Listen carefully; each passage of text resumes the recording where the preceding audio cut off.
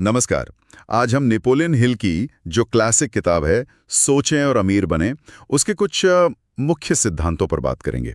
हमारे पास किताब के कुछ अंश हैं जो बताते हैं कि कैसे सफलता और पैसा कमाना ये सब मानसिकता का खेल है, साइकोलॉजी का। तो आज का मकसद है हिल के इन विचारों को थोड़ा खोलकर समझना कि कैसे हमारी सोच हकीकत बन सकती है। चलिए शुरू करते हैं। सबसे पहला और शायद सबसे जरूरी सिद्धांत जो हिल बताते हैं वो है जबरदस्त इच्छा। हाँ, बिल्कुल। ये सिर्फ ऐसा नहीं कि हाँ मुझे कुछ चाहिए, ये उससे कहीं ज्यादा है ना। हाँ, ये सिर्फ एक ख्वाहिश नहीं है। हिल के लिए ये इच्छा एकदम साफ होनी चाहिए, एक जलती हुई आग की तरह। मतलब आपको ठीक ठीक पता हो कि क्या चाहिए, कब तक चाहिए और उसके बदले में आप क्या क्या मेहनत करने को तैयार है। अच्छा। ये जुनून ही है जो आपको पहला कदम उठाने पर मजबूर करता है। ये कोई सपना नहीं रहता, फिर एक ठोस मिशन बन जाता है। और हिल ये भी कहते हैं कि इसे लिखो, रोज देखो, सुबह शाम पढ़ो। सुनने में थोड़ा शायद अजीब लगे, लेकिन इसका क्या लॉजिक है? हाँ, वो उसे दिमाग में बिठाने का तरीका है, लगातार याद दिलाने का।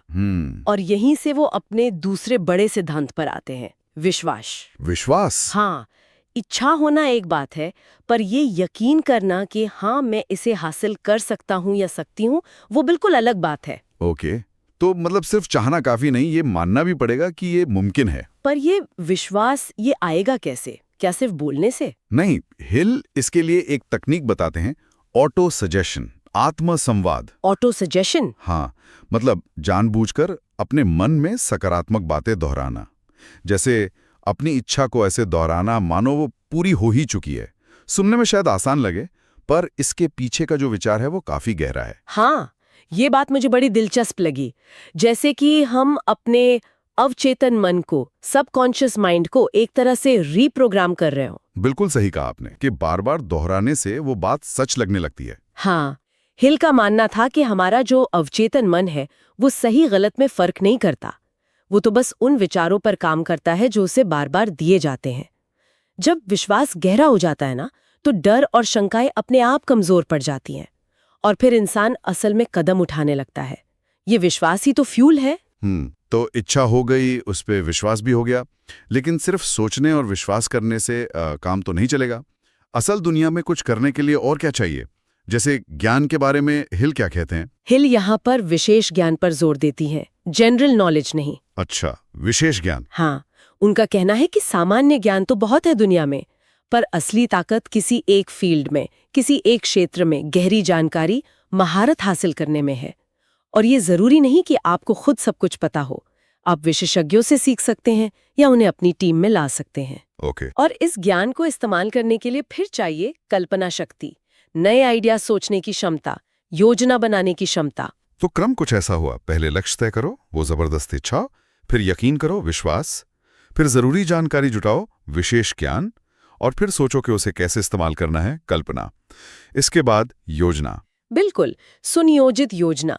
हिल इसे बहुत महत्व देते हैं। सिर्फ आइडिया होना काफी नहीं है, उसे हकीकत बनाने का एक रोड मैप, एक नक्शा चाहिए। और यहीं पर उनका वो मास्टरमाइंड समूह वाला सिद्धांत बहुत काम आता है। मास्टरमाइंड समूह? हाँ, ये मैंने सुना है। मतलब ऐसे लोगों का ग्रुप जो एक दूसरे की मदद करें, सलाह दें, अकेले चलने से बेहतर। हाँ, बिल्कुल। हिल का मानना था कि जब दो या ज्यादा दिमाग एक कॉमन लक्ष्य के लिए साथ आते हैं, तो एक तीसरी ज्यादा शक्तिशाली माइंड या कह लें एक ऊर्जा पैदा होती है। ये समूह न सिर्फ बेहतर योजना बनाने में मदद करता है, बल्कि एक दूसरे का हौसला भी बनाए रखता है। और हाँ, योजना बनाते वक्त ये मानकर चलना चाहिए कि दिक्कतें आएंगी, असफलताएं मिलेंगी, पर वो अंत नहीं है, वो सीखने का मौका है। योजना बन गई, टीम भी मिल गई, पर कई बार लोग यहीं अटक जाते हैं, फैसला नहीं ले पाते, या शुरू तो करते हैं पर जल्दी छोड़ देते हैं। इसीलिए हिल अगले दो सिद्धांतों पर बहुत जोर देती हैं, दृढ़ निश्चय और निरंतरता। दृढ़ निश्चय। हाँ, यानी फौरन फैसले लेना और फिर उन पर टिके रहना, ज्यादा सोचना नहीं, करना। और निरंतरता का मतलब है कि लगे रहना, शुरुआती नाकामियों या मुश्किलों के बावजूद हार न मानना। ये जिद नहीं है, बल्कि अपने लक्ष्य के प्रति एक गहरा समर्पण है, चाहे रास्ते में योजना बदलनी ही क्यों न पड़े। तो अगर हम इन सब चीजों को जोड़कर देखें, इच्छा, विश्वास, ज्ञान, कल्पना, योजना, निश्चय, निरंतरता, ये सब मिलकर एक खास किस्म की मानसिकता बनाते हैं, एक माइंडसेट। हाँ, हिल का पूरा दर्शन इसी बात पर टिका है कि आप अपने अवचेतन मन को किस तरह के विचारों से भरते हैं लगातार। उनका मानना था कि जब मन लगातार सफलता पर, आत्मविश्वास पर, अपने लक्ष्य पर केंद्रित रहता है तो धीरे धीरे एक छठी इंद्रिया या इंट्यूशन विकसित हो सकती है। इंट्यूशन। हाँ, जो सही मौके पर सही रास्ता दिखा सकती है। और हिल ने एक और थोड़ा विवादास्पद लेकिन दिलचस्प विचार भी दिया था, यौन ऊर्जा का रूपांतरण। Sex transmutation. ओह हाँ, उसका भी जिक्र है। उनका मानना था कि ये जो शक्तिशाली मानवीय ऊर्जा है, जिसे अक्सर गलत दिशा में गया हुआ माना जाता है, उसे सचेत रूप से क्रिएटिव कामों में या अपने लक्ष्यों की तरफ मोड़ा जा सकता है। तो मतलब निचोड़ ये है कि सोचें और अमीर बने सिर्फ पैसा कमाने की कोई ट्रिक वाली किताब नहीं है, ये उससे कहीं ज्यादा गहरी बात कर रही है। निश्चित रूप से ये असल में जीवन के किसी भी क्षेत्र में सफलता पाने के लिए जो जरूरी मानसिकता और अनुशासन चाहिए, उसकी एक तरह की रूपरेखा है, एक ब्लूप्रिंट है।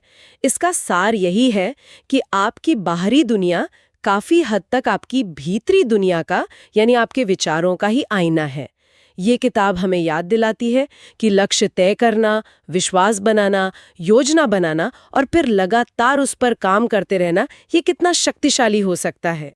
तो एक सवाल श्रोताओं के लिए छोड़ जाते हैं सोचने को। अगर हमारे विचार सचमुच हमारी हकीकत को गढ़ सकते हैं, तो आज ऐसा कौन सा एक विचार है जिसे कोई जानबूझकर चुनना चाहेगा और उसे सींचना चाहेगा, उसे बड़ा करना चाहेगा?